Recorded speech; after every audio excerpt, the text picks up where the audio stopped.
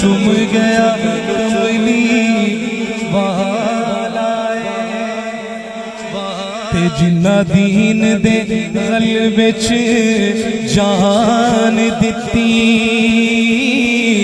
वख ओना दी शान तो शान होवे मुर्दा आखो ना ओनू शहीद हुंदा कमली वाले तो जेड़ा कुर्बान होवे। ये रुबाई में नजर करता हूँ गाजी इल्मुद्दीन की, गाजी मुमताज कादरी की नजर करता हूँ।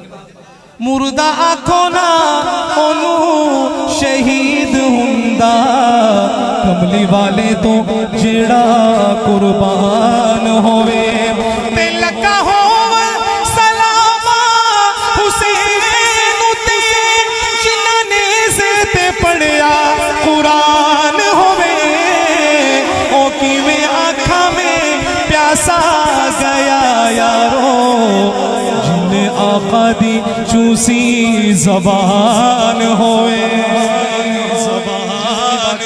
मुलाकात बाकी। मेरा ख्याल है कि आबिद एहसान साहब की तबीयत भी नासाज है, मैं खुद ही दावत दे देता हूँ।